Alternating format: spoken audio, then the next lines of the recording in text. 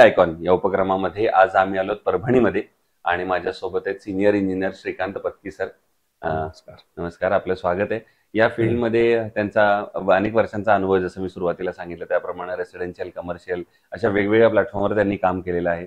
So त्यांचा आजवरचा अनुभव कसा होता, प्रवास कसा होता, या सगळ्याबद्दल आपण बिल्ड आयकॉन या प्लॅटफॉर्मवर त्यांच्याशी गप्पा मारणार आहोत. सगळ्यात आधी गप्पांना सुरुवात करूया ते म्हणजे तुमच्या शैक्षणिक पार्श्वभूमीपासून. ती म्हणजे तुमची शाळा कुठली होती, कॉलेज कुठलं होतं, आणि सगळ्यात महत्वाचं सिव्हिल इंजिनिअरिंग या फील्डमध्ये येण्यामागची प्रेरणा कोणाची होती किंवा प्रेरणास्थान कोण होतं ज्यांच्यामुळे तुम्ही या फील्डमध्ये आला, काय सांगाल? माझी शाळा आहे बालविद्या मंदिर. ती म्हणजे परभणीमधील एक नामांकित शाळा आहे आणि तिथपर्यंत 1ली ते 10वी माझं शिक्षण झालं.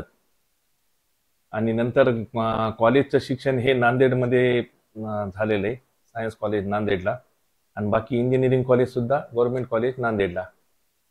आणि मला पहिलेपासून गणिताची आवड होती आणि सुरुवातीपासून लहानपणापासून मला गणित विषय हा फार आवडीचा असल्यामुळं, आणि त्यामध्ये माझा मामा हा स्वतः सिव्हिल इंजिनियर होता आणि गणितज्ञ होता, आणि मामाकडे पाहून मी सिव्हिल इंजिनियर व्हायचं पूर्णपणे ठरवलं. वा. आणि तुम्ही या फील्डमध्ये आलो. आता त्याच्या पुढचा प्रवास एक सिव्हिल इंजिनियरसाठी काय महत्वाचा असतं ते म्हणजे पहिली साईट स्वतः इंडिव्हिज्युअल केलेली. तर तो टप्पा कसा होता?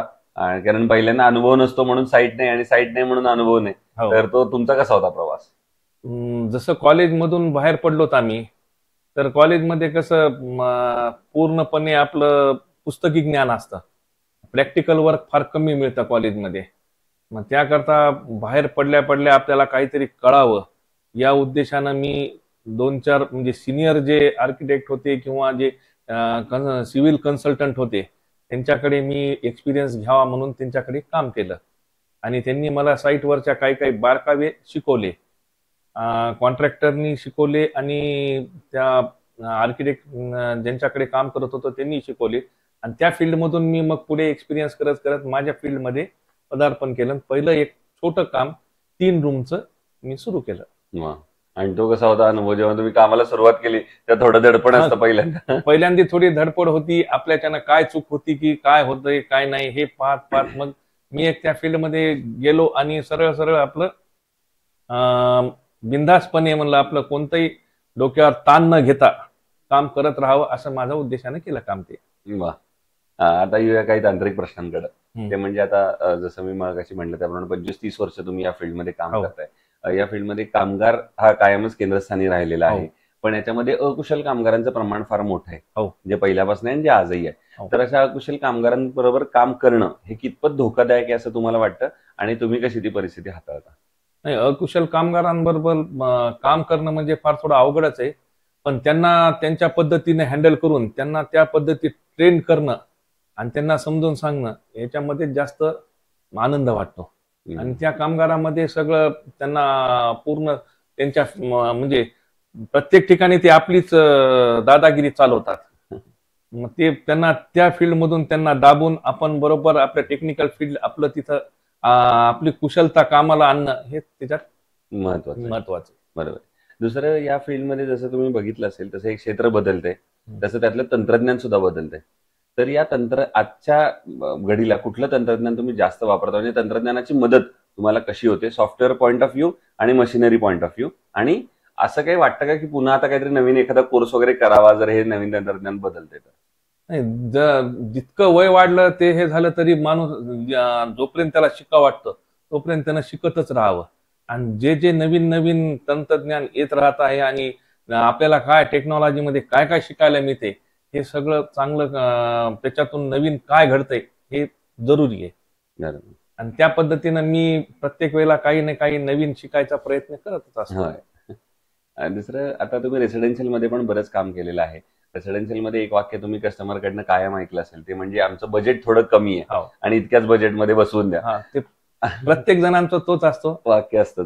पण अशा वेळेला तुम्हाला दर्जा आणि बजेट हे दोन्हीचा कसा समतोल साधता? आम्ही त्यांना प्रत्येक कस्टमरला म्हणजे जो कोणी आपला ग्राहक आहे आणि त्याला आधी सुरुवातीला आम्ही समजून सांगतो की बाबा तुझं म्हणजे तुला स्ट्रक्चर कसं पाहिजे, मजबूत पाहिजे का साधारण पाहिजे, तो बजेट कमी कमी म्हणून स्ट्रक्चरला धक्का लागू नये असं काम कोणतं करू नये. आणि आपलं म्हणजे नंतर जे तुला डेकोरेशन काही करायचंय, इंटेरियर डेकोरेशन असो काही असो दुसरा, हे नंतर तुझ्या बजेट प्रमाणे हळूहळू सुरू कर, पण तू स्ट्रक्चर हे मजबूत करून घे.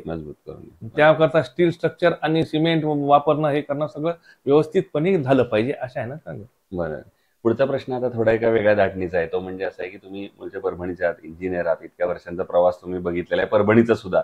त्या अँगलनं त्या अनुषंगाने तो प्रश्न आहे. ते म्हणजे जर परभणीचा एक सर्वांगीण विकास पुढच्या 15-20 वर्षात आपल्याला करायचा असेल तर बिंग इंजिनियर तुमच्या डोळ्यासमोर कुठले मुद्दे येतात ज्या मुद्द्यांवर आता काम केलं गेलं पाहिजे जर आपल्याला परभणीला पुण्या मुंबई सारखं पुढे न्यायचं असेल तर? मुख्य म्हणजे परभणीचे रस्ते सुधारणे आणि भूमिगत गटार योजना म्हणजे ज्या ड्रेनेज लाईन म्हणतो ती सगळ्यात पहिल्यांदा आली पाहिजे. आणि ते आल्यानंतर तसं परभणी हे म्हणजे ट्रान्सपोर्टेशन सगळ्या ह्यानं परिपूर्ण आहे. म्हणजे इथं सगळ्यात पद्धतीचं ट्रान्सपोर्ट परिपूर्ण आहे.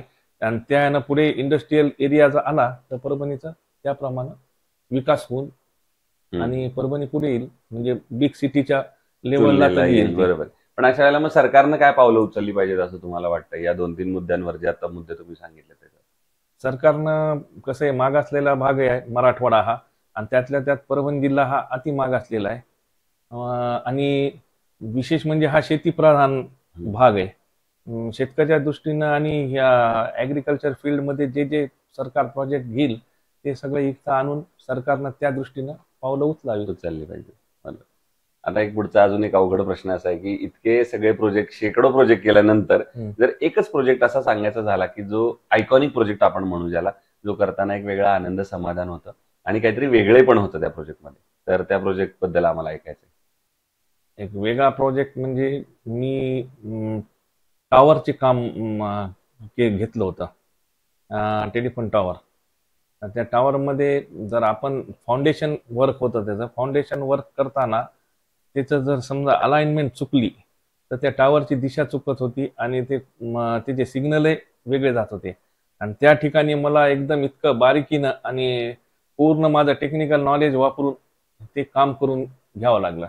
आणि त्यामध्ये बराच म्हणजे अनुभव आला की किती MM मध्ये आपण फॉल्ट झाला MM मध्ये तर आपल्याला त्याचं पुढे काय होतं काय नाही या उद्देशानं ते चांगलं झालं. ते चांगलं झालं. बरोबर. आणि एखादा असा प्रसंग जो करताना काहीतरी अडचण आली, समस्या आली आणि त्या आव्हानावर तुम्ही कशी मात केली, असा एखादा प्रसंग? आव्हान म्हणजे काय, परभणीमध्ये BC सॉइल भरपूर प्रमाणात आहे आणि जेव्हा आपण BC सॉइल बाहेर काढतो आणि ग्राउंड वॉटर लेवल सुद्धा परभणीचं थोडं वरच्या भागात आहे, त्यामुळं पाण्याचा प्रॉब्लेम बऱ्याच ठिकाणी येतो. मग पाणी उपसून घेणं आणि त्याप्रमाणे ते BC सॉइल ट्रीटमेंट करणं या सगळ्या गोष्टी आम्हाला त्या ह्याच्यात करावं लागतं. या क्षेत्रात आता जी नवीन तरुण इंजिनियर्स येत आहेत, ज्यांचं वय म्हणजे ते तुमच्या अनुभव एवढा असेल असा आसपास येत, तर त्यांना काय सांगाल तुम्ही या क्षेत्रात येण्यापूर्वी, पहिलं पाऊल टाकण्यापूर्वी काय यशाचा मंत्र किंवा अनुभवाचा काहीतरी सल्ला? प्रामाणिक राहा आणि जो तुमच्याकडे काम म्हणजे अपेक्षा घेऊन येतो त्याला त्याच्या अपेक्षेप्रमाणे त्याचं काम करून द्या, एवढंच महत्वाचं. दुसरं, कन्स्ट्रक्शन मध्ये स्टील हा अतिशय महत्वाचा फॅक्टर आहे. तर स्टील निवडताना तुम्ही काय पॅरामीटर्स बघता आणि मग ठरवता की स्टील चांगलं आहे, हे वापरलं पाहिजे? स्टील मध्ये कसं आहे, स्टीलची केमिकल कंटेंट, परत त्याची टेन्साईल स्ट्रेंथ, त्याची डक्टिलिटी, हे सगळे पॅरामीटर आधी पाहिजे आणि त्याप्रमाणे स्टीलची निवड करायची. आणि आयकॉन स्टील तुम्ही यापूर्वी कधी वापरले का आणि तुमचा अनुभव कसा होता? आयकॉन स्टीलचं वापरले आणि आयकॉन स्टील हे अगदी चांगले आणि त्याच्या टेक्निकल बाबी सुद्धा आम्ही तपासून घेतल्यात. आणि जागेवर त्यांनी आम्हाला टेन्साईल स्ट्रेंथ, त्याची डक्टिलिटी, अजून त्याचे केमिकल कंटेंट आणि त्याचं हे पूर्ण त्यांनी दाखवल्यानंतरच आम्ही सॅटिस्फाय झालो.